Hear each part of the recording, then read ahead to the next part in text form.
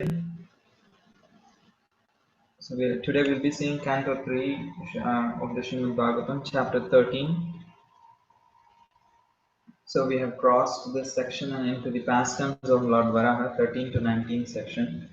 So just a quick recap how Vidura left the home of the Pandavas or the Kauravas, and he proceeded to meet Uddhava in the forest. And after their discussion, Uddhava directed him to meet to Maitreya. So once he met with Maitreya, he started inquiring about the creation of the universe. So that's what we are continuing in the same thread. In from chapters 5 to 12, in all these previous weeks, we saw how Sarga and Visarga happened. That is creation and secondary creation, primary and secondary creation. So Brahmaji was born from Garbhodakshay Vishnu, and then he was creating different personalities like Kumaras, Rudras, and various other all types of living entities. And finally, he created Manu and Shatarupa, Swayambhu, Manu and Shatarupa. Why? Brahma is called Swayambhu because he is born from Brahma. He is called Swayambhu. Swayambhu and Shatarupa, they are born from Brahma because Brahma saw there is not enough population, that the Prajapatis could not populate as he expected them to. So he is creating Swayambhu, Manu, and Shatarupa for the sake of populating the universe. So now they are just created. So at this point, chapter 12 ended where they were just created by Brahma. They just came from the body, they were expanded from the body of Brahma. So now we are going to begin the chapter 13 where we will see how Vidura inquires after hearing about Brahma's creation of the Kumaras and others, and also specifically Manu and Shatarupa, Vidura is now inquiring to Maitreya, what did Manu do after his appearance? Which was a logical question. He is created, so what did he do? So that is the main question that he asks in this particular chapter. This whole chapter is going to stem from this question.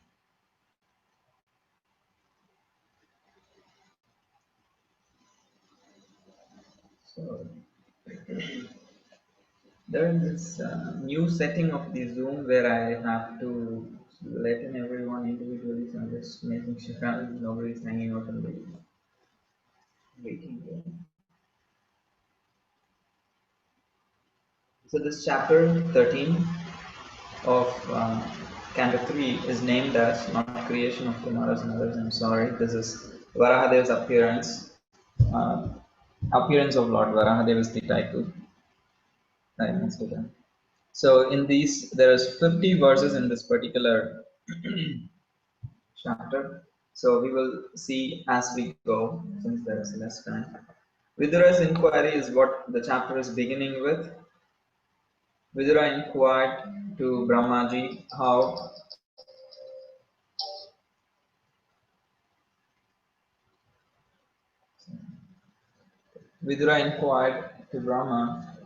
Maitreya, that I'm very eager to hear about the original personality, Swayambhu Manu. What did he do after he was created? Because he is saying that why he is interested to hear about Swayambhu Manu? Because I'm eager to hear about the original and saintly thing, because he was very surrendered to the Supreme Lord. He has taken shelter of the Supreme Lord. He is a devotee.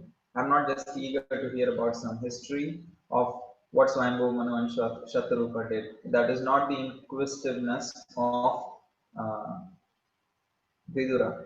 Oh, what a man and a woman will do. Why is he asking about that? So that's why he's clarifying. I'm asking about Shivayambhu Manu because he has taken shelter of the Lord. He is a devotee. His characteristics and his activities would be very ideal. So I just wanted to know about his. That's why I'm asking. So that's why he's clarifying. And he also is substantiating that how the hearing about what is the greatest goal of hearing, which is he explains how the greatest goal of hearing various scriptures from one spiritual master is to hear about the lives of great devotees. So he's quoting this famous verse, or he's stating it: Shrutasya pumsam shuchira shramasya nanu anjasa suriviriditya artha taddad gunan shravanam mukunda padar vindam hridaye shriyesham. That is, Shrutasya Pumsam, those people who hear, Shuchira Shramasya, Suchira Shramasya means for a long time. Chira is long. With lot of efforts, one is hearing from one spiritual master for a long time. So Shrutasya Pumsam, Suchira Shramasya. Nanu Anjasa Suribiriditartha. So what is the best? What is the best of that Artha? What is the best of outcome that can come from that? Tat Gunanushravanam Mukunda Padaravindam Hridayeshvesham. They should be hearing about Gunanushravanam. Who's Gunanushravanam? Mukunda Padaravindam Hridayeshvesham. Those people who have Mukunda's Pada Aravinda in their heart. Mukunda Pada Aravindam, lotus feet, Hridayeshvesham. They hold it in their hearts. Who are they? They are the devotees. So, those who hear from one spiritual master for a long time, the highest goal of that such hearing is to hear about the qualities, gunanushravanam, qualities and activities of devotees who hold the lotus feet of the Supreme Lord in their hearts. So, in this way, that is the greatest goal of hearing from one's spiritual master is to hear about such pure devotees because they always think of Lord Mukunda in their hearts. So after glorifying in this way, substantiating his inquiry from Maitreya, Maitreya then begins to reply. Maitreya was completely impressed and influenced by the spirit of gentle and meek Vidura, and he is glorifying, he is thinking about Vidura very greatly because Vidura is someone on whose lap Krishna slept. Krishna used the lap of Vidura as a pillow, Upadhanam, and he lied down when he visited the home of Vidura. And he dined at his place, not just dining at Vidura's place, because we can go to different people's home and we can dine there. We may take prasad, it's okay. But just sleeping on the lap of them is a very intimate thing. It's only done with very close relatives. So here Krishna was lying down on the lap of Vidura. That's how Vidura was so intimate with Krishna. And here Maitreya Rishi is thinking, I was hearing from Krishna from a distance, but here is a person on whose lap Krishna actually slept. He used his lap as a pillow. So he is having such high regard for Vidura. So even though he is speaking to Vidura in the position of a spiritual master, he is still holding Vidura with utmost respect, knowing that he is very dear to Krishna. So in this way, thinking in a great way about Vidura, he is very pleased and he begins to reply from the next verses. So here, Maitreya Rishi is beginning to recount the conversation that happened between Manu and Brahma. Because Manu just appeared along with his wife from Brahma. So he is addressing Brahma as, you are the father of all living entities, O Lord Brahman, and you are the source of their sustenance, you are the source of us. So please instruct us how we may be able to serve you, how we can actually serve you. Please instruct us. So in this way, he is explaining that how within our capacity, whatever is there, we will try to serve you, O Brahma, Lord Brahma, and in that way we will be achieving a better destination in our next life.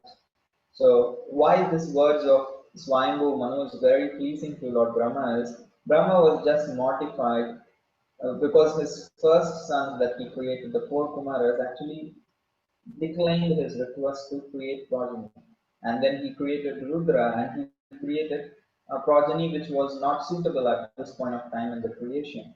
So after so much that he went through, finally, and then he created the Prajapatis and there was not enough result that he expected.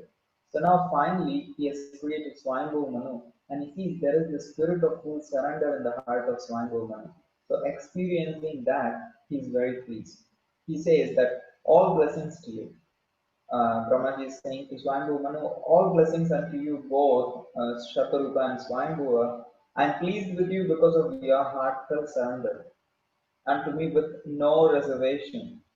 And as you are beyond envy and you are accepting the instructions of a superior with great delight, and you are willing to execute it with your full capacity, so I am very pleased with you. I give you these three instructions. So there are three instructions that Lord Brahma gives to Swayambhu Manu. He says, beget children, because that is the first duty of Manu that he has been created for, progeny. Beget children, good children, and rule the earth religiously, and perform sacrifices unto the Supreme Lord. Worship the Supreme Lord by performing sacrifices unto Him. So, in this way, He gives these instructions three, that bigger children, that is, expand the progeny of the universe, and rule the earth religiously, and please the Supreme Lord by performing sacrifices unto for His pleasure. So in this way, instructing Swayambhu Manu, he says, when you do this, if you do this, you will be able to protect the population very nicely. And by protecting the population nicely, you will please me. And you will just not please me, you will please the Supreme Lord. Because my agenda or my order to you is actually Lord's order to me. So it is just the same. Like I've been instructed, I'm passing on the instruction to you. So it is the Lord's instruction. So if you follow this and protect the population very nicely, then you will please me and you will please also the Supreme Lord. And then he states, what is the purpose of pleasing the Supreme Lord? So one may get this question, well, what's the big deal? Why should I please the Supreme Lord? So that's why here Brahma is stating to Swayambhu Manu, Esham na tushto bhagavan yagya lingo janardanaha Tesham shramo hi aparthaya yad atmanadrita swayam. He says, Yesham natushto bhagavan, one who actually does not please the Supreme Lord. Yesham natushto bhagavan, Yagya Lingo Janardanaha. Who is that Supreme Lord? He is Yagya Linga. He is the form of sacrifice. And Janardanaha, one who delivers all living entities. So one who, when one disregards the Supreme Lord, who is the very form of sacrifice, who is the very personality who delivers all living entities. So when one does not satisfy that Supreme Lord Janardhan by one's own endeavors, then what happens? All his activities, Tesham Shramo hi apartaya, all the shrama, all the hard work that a person goes through in his life, they become apartaya, they become useless. And yada atmana adritaha swayam. And what by neglecting the orders of the like by neglecting to please the Supreme Lord, not only all the labors, hard labor of this person goes useless, rather he he neglects his own soul. He actually neglects his own very self-interest. So here the meaning of yada atmana adritaha swayam. Adar means respecting. When one is actually not pleasing the Supreme Lord, not caring to please the Supreme Lord by his activities, he is actually neglecting his own self interest. He is actually doing injustice to himself.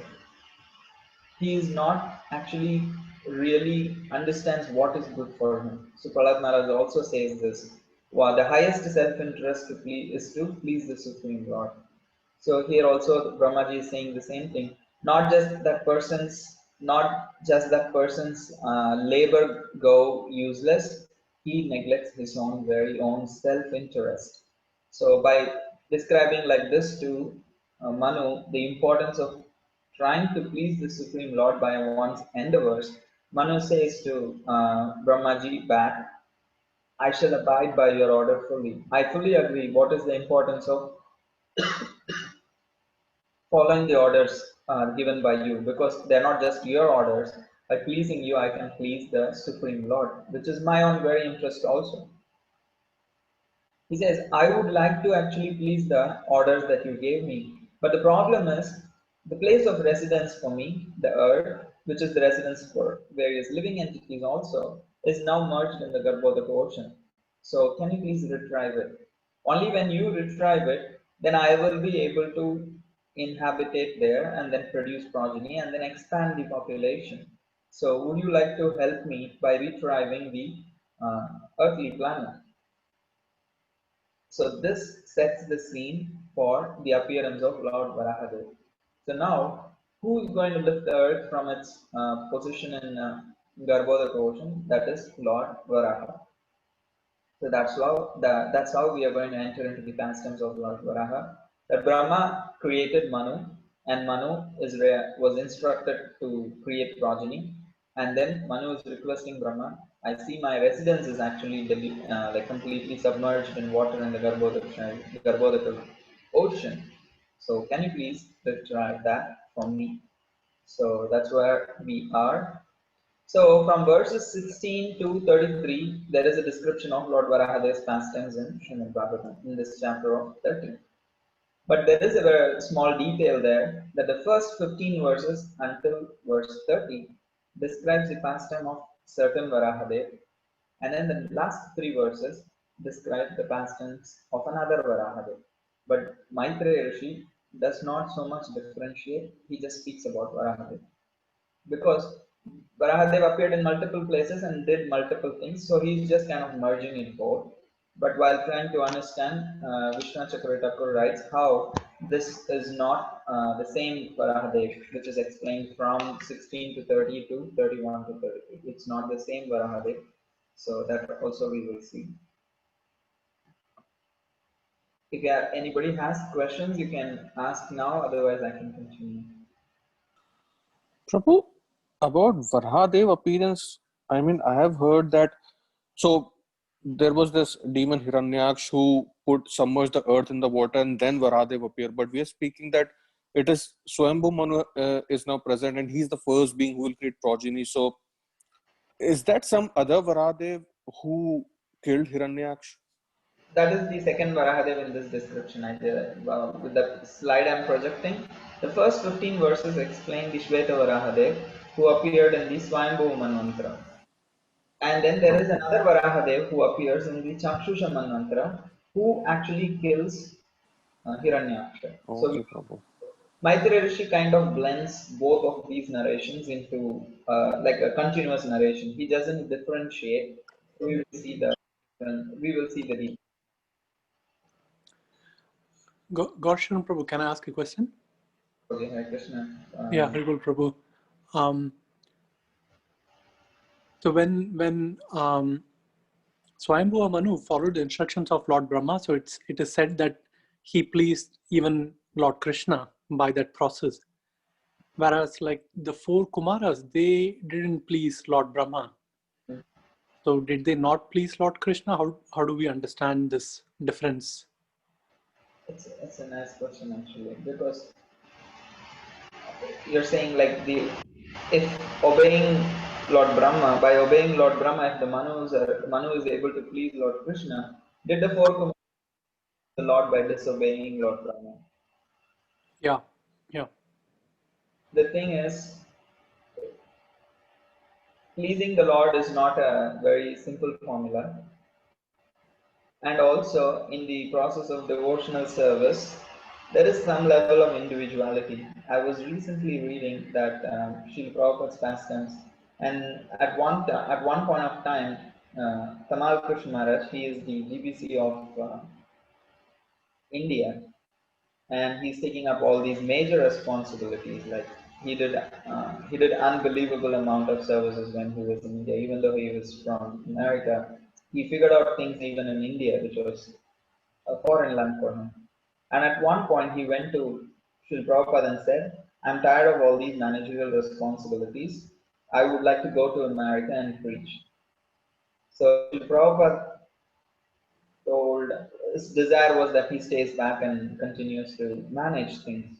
There is Juhu, Vrindavan, Mayapur, huge projects coming up in India, and he's very smart. So Prabhupada wanted him, but he said, "I'm very sorry, Prabhupada. I would like to go to America and preach."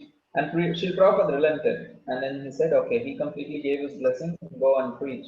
And Srila Ramakrishna Goswami Maharaj came to the West and did those historic Radha Damodar bus parties.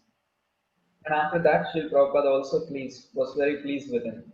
So here, there is kind of like a disobedience. Okay, I would like to do that. You want me to do this? I would like to do that.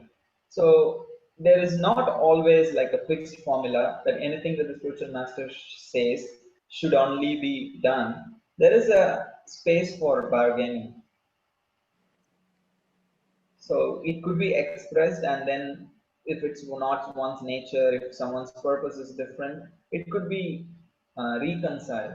So the four Kumaras, they were invested with knowledge potency of the Lord, and their purpose of creation is also not for progeny. They were meant to propagate knowledge as sages. So they clarified that difference in the expectation, and it might have a little bit upset Brahmaji.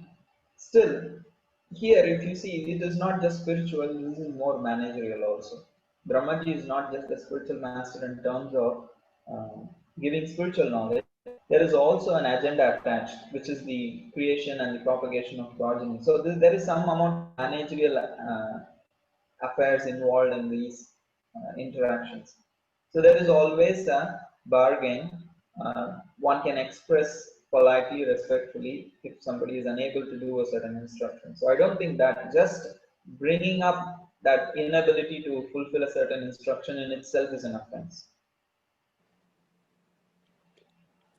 Very nice answer. Thank you, Prabhu. So where are we? Okay, so we are just beginning to see this particular section where Varahadev is appearing from Brahmaji's nostrils. So this is Swayambhuva Manvantara, the very first Manvantara, and the Manvantara that we are discussing is the Shri Vishnu Chakravarti Thakur writes, this is the 51st year of Brahma's life. He lives for 100 years, and this is the 51st year, and this is the first day, and here is the first, I forgot if this is the first Manvantara, in the sense of first, yeah, first day, first uh, Manvantara, Swayambhuva Manvantara. I'm sorry, I'm just forgetting. I read Krishna Chakravarti's commentary where he clearly states when this Manvantara happened.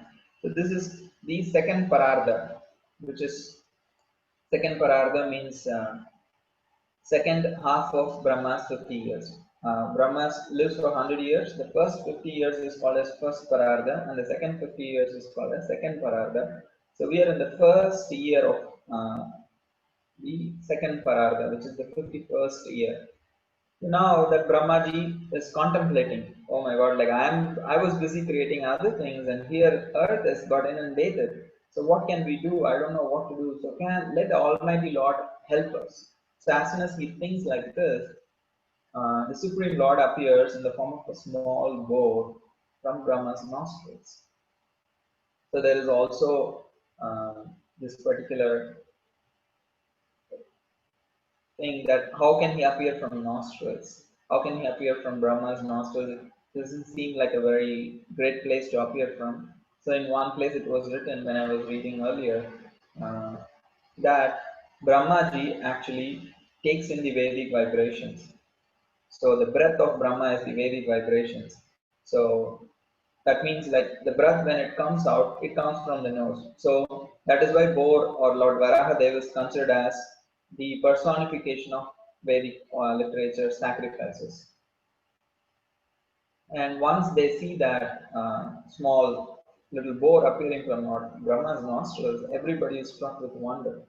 And Varahadev rose in, and then like all everybody is like kind of like struck with wonder, like who is this person? So Brahmaji along with all his sons that he has produced before Manu, they're all wondering who's this creative creature that is like looking like a small board. So and when they are thinking like this, to enliven all of them and to announce to them that he is not non-different from the same supreme lord, the lord of the master of sacrifices, Yagya Purusha, the lord Varaha, roars tumultuously like a great mountain, and which echoes in all directions. So, understanding now who can create such a vibration. So, just the vibration, the power of the vibration, gives them a confirmation this could be none other than the Supreme Lord. There's nobody else who could do this, who could pull off a feat like this.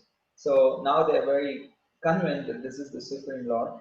So hearing the all auspicious sound, the roaring sound of the all merciful Supreme Lord, the denizens of Janaloka, Tapaloka, and Satyaloka started chanting mantras from the three Vedas. So the Lord, who is the personification of the Vedas, Veda Vitana Murti.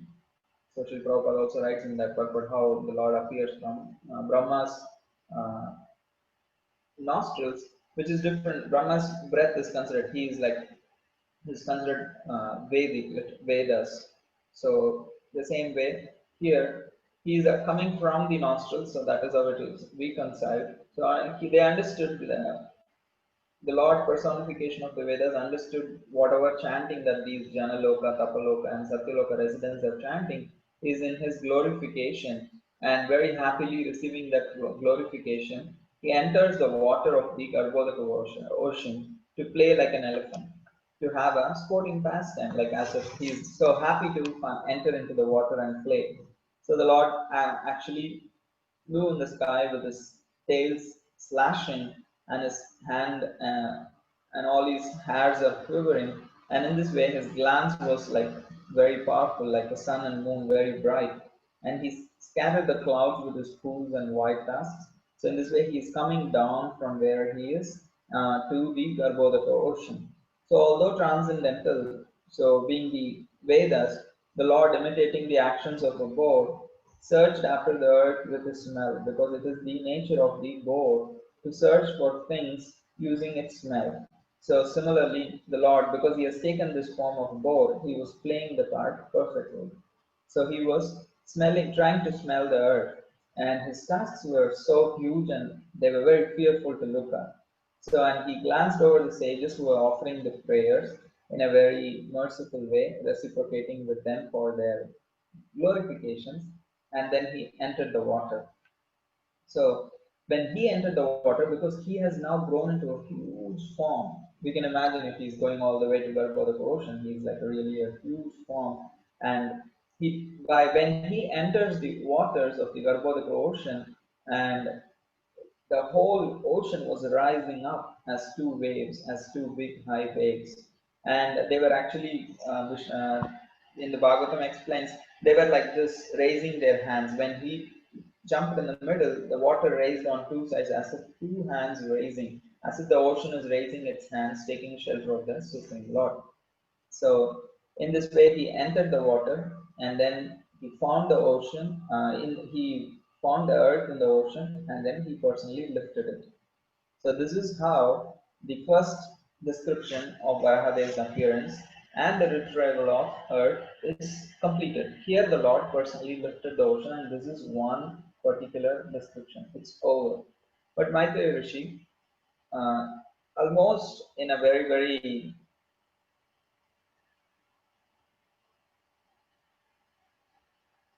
okay, there's something wrong in this last slide.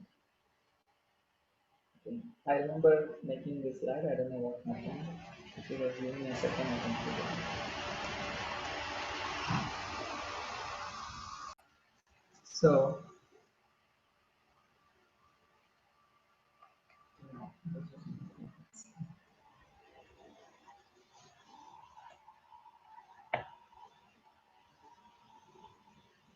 is Check your trash can also. Maybe it is still there. I tried, but I just again wrongly picked up another slide, so it's okay. I'll just speak without the slide No on. worries, no worries. Thank you. Yeah, it's little confusing for me. So, so this until this 30th, it was one description of Lord Varahadev. In the next three verses, this is called as pastimes of Neela Varahadev in Chakshusha Manvantara. So, uh, if you all remember that Daksha was born in Chakshusha Manvantara as son of Prachetas. So Vishnu Chakravarti Thakur writes that Daksha actually had a daughter Diti, and Diti's son was Hiranyaksha. So Diti was married to Kashyap, and they produced a son Hiranyaksha and Hiranyakashipu. So this happened in the Chakshusha Manvantara. And why Vishnu Chakravarti Thakur says these two set of verses are referring to different Varahadev is because Swayambhu Manu has just appeared. He has not created any progeny. So there is no way that Hiranyaksha, who is the son of Diti, who is the daughter of Daksha, they're all going to be born because the earth itself is submerged, and Swayambhu Manu has not begun any of his activities. He is asking Brahmaji to retrieve the earth. So how in this world then he has so many descendants? So That's why Vishnu Chakravarti says there is a clear divide in these verses. That the last three verses, 31 to 33, which also describe a pastime of Nila Varahadev, happened in Chakshushama mantra. And the descriptions go like this, that the Lord Varahadev appeared splendid with the earth on his tusks. The same thing. Vishnu Chakravarti writes that this Varahadev appeared from the water itself. He did not appear from Brahma's nostrils and then jump and then go into the Garbhodaka ocean. He appeared right in the Garbhodaka ocean. Right there in the Garbhodaka ocean, he came and he lifted the earth. But Hiranyaksha seeing uh, that this Varahadev is just lifting the earth as if like nothing has happened, and he's like, what the means what? Like I just dislodged the earth, and then you're just coming and saving it. So then he becomes very angry, and when he attacks, so then with anger glowing like Sudarshan Chakra, Varahadev actually kills Hiranyaksha. This is all given. This is one verse. What I'm speaking is one verse. Maitreya Rishi says Varahadev appeared, he lifted the earth, he killed Hiranyaksha. Thus, he says in the next verse that the Lord's cheek and tongue, everything was covered with blood because of killing the demon. And then he lifted the earth, placed in its position, and everybody offered prayers, and he left. That's all. He just concludes the whole thing. So now we don't immediately get a question. In the next chapter, Vidura will ask the question. Come on, wait. You said he killed Hiranyaksha. So how did he kill Hiranyaksha? Who is this Hiranyaksha? So the questions will come in the beginning of the next chapter. Vidura will ask. But in this chapter, the rest of the chapter, from verses 30 to 50, we are going to see how the sages who are actually glorifying this Varahadev who appeared in the Swayambhu Manu, how are they glorifying the Lord after he lifted the earth and placed it in its position? So that's what we are going to see from 34 to 45. And then from verses 46 to 50, we will see how the Lord receives all these praises and then goes back to his abode. So this is what is the next chapter. The next section. The next section of this chapter is not going to deal with the Varahadev who killed Hiranyaksha. It is going to deal with the Varahadev and the glorification of the Varahadev who appeared in the Swayambhuva Manvantara. Maitreya, like an extra information, gave about Hiranyaksha in 2-3 verses, and he just went ahead with the original story. So prayers by the sages unto Lord Varahadev. So they are actually very, very impressed that the Lord has appeared to save the earth. So they glorify all glories to your unconquerable efforts. And you are the enjoyer of all sacrifices. Your form is the personified Vedas, and all oceans submerge in your uh, hairs. So, and they also glorify the Lord Varaha's body as a form of sacrifice. Advaratmakam. Advara is the Yajna, and he's the Atmakam. He's the personification of sacrifice. So they glorify how his skins represent, or from his skins came the Vedic hymns. From his bodily hairs came the kusha grass, which is used for the sacrifice. From his eyes came ghee. From his four legs came the four different performers of sacrifice. From his tongue came the sacrificial ladle. From his nostril came a certain kind of ladle. From his tongue came the activities of sacrifice. From his tusks came the sacrifice after initiation or the final sacrifice. From his neck came the upasada, and in this way they are glorifying Lord Varahadev as from whom, from his different parts of the body, various things which are related to the sacrifice appeared. So the seven dhatus appeared of his body, from which appeared the seven elements of Agnishtama sacrifice. From his bodily joints appeared the Satta sacrifices done over 12 years. In this way, they are giving a lot of names. And after that, they glorify how the Lord Varahadev, the Supreme Lord, is the object of all sacrifices. And and you are bound by the devotion expressed in the sacrifice. He is saying how the Lord is reciprocal. For whatever devotion is shown by these sages who perform the sacrifice, the Lord reciprocates with love. So you are bound by the devotion. And miscreants cannot see this form of sacrifice. They also say atheistic people may not be able to see how the boar incarnation is divine or spiritual. And they offer their obeisances by saying that how the Supreme Lord is worshipable by universal prayers and Vedic hymns and sacrificial ingredients. And he is the supreme form of all sacrifices. And he is realized by one who conquered the mind by bhakti with detachment. And he is the supreme spiritual master of knowledge in bhakti. So in this way, they glorify the Supreme Lord with various sweet words. And they are also now glorifying the form of the Lord. How the Lord appears so beautiful with the earth on his tusks. So, as an elephant is holding a lotus flower with its trunk, similarly Varahadev is holding Bhudevi on his tusks. And he says, how a huge mountain decorated with clouds. You look like a huge mountain, blue mountain or white mountain. And then on the top there is like a clouds, how the clouds cover the mountain. Similarly, on your tusk, the earth is covering the tusk. So in that way, it looks like it is it's a mountain covered with clouds. And then he's saying, you and this the Bhudevi whom you have rescued is our mother. You are like our father, and she is like our mother. So you and your wife, the earth, in whom you invested your own potency, you are our father and mother. So who else but you could deliver this earth? Who else other than you could serve, deliver this earth, lift this earth, and do this huge task? Because it's not very astonishing for you to do this, because you only created this whole universe with your external energy. For you, it's not very difficult to lift the earth and keep it in its position. So we, the inhabitants of these higher planets, pious planets like Jana, Tapa, and Satyalokas, have been purified by the auspicious drops of the water that is scattered from your body. When you shake your body, the water came all the way to the higher planets, and we feel purified by being sprinkled by those water droplets from your body, because your body is made of Vedas, Vedamayam. And they also glorify the wonderful activities of the Supreme Lord as unlimited. And then they say people without intelligence cannot understand the transcendental nature of the activities of the Supreme Lord.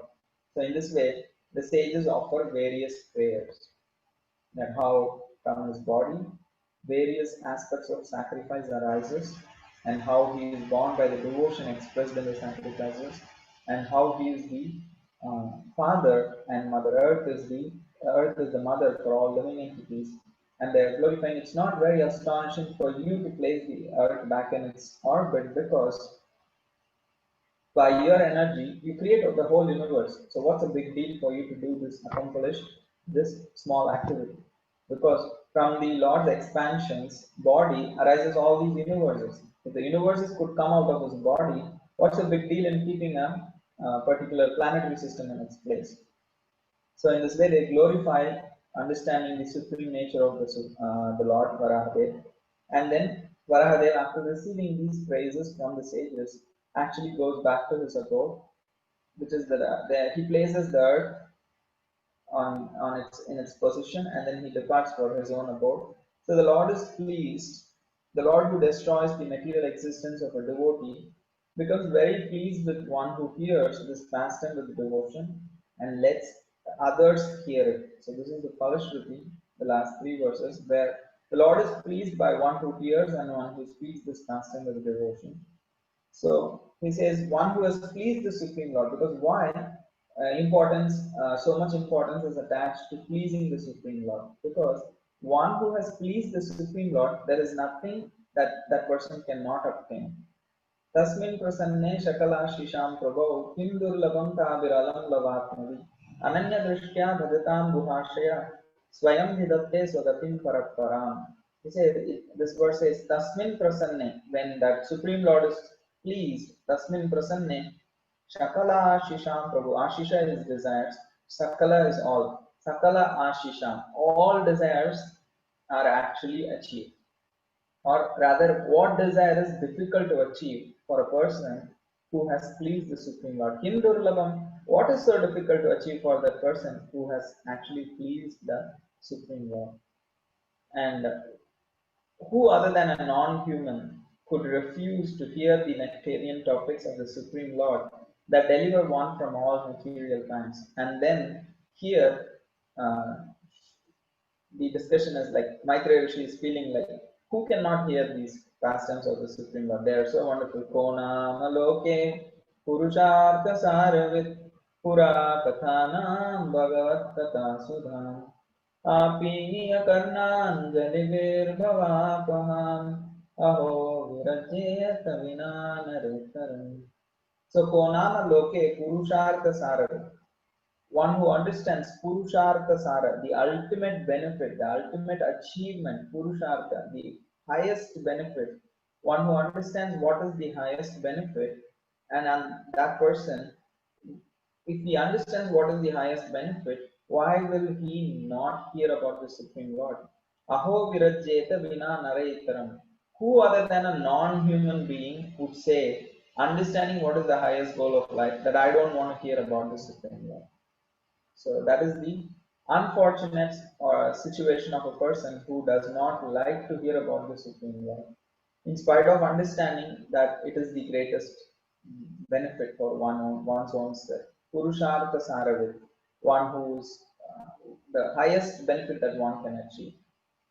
So in this way, the importance of hearing about the pastimes of the Supreme Lord, activities of the Supreme Lord is described, and the appearance of Lord Varahadev is reiterated in this chapter.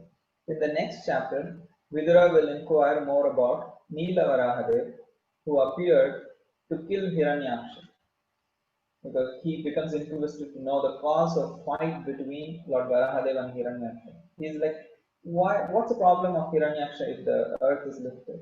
And why is the Lord getting angry on Hiranyaksha and killing him? So in this way, Vidura asks this question to Maitreya, and that will lead to a amazing section. It's not going to lead to one small answer. It is going to introduce us to this whole section where Diti and Kashyapa will unite and produce Hiranyaksha and Hiranyakashipu, and then Hiranyaksha will be fighting with Lord Varahadev over a couple of chapters, and then he will be killed, and then Vidura will ask, oh, why is that Hiranyaksha means why is he appeared like that? What is the problem of Hiranyaksha?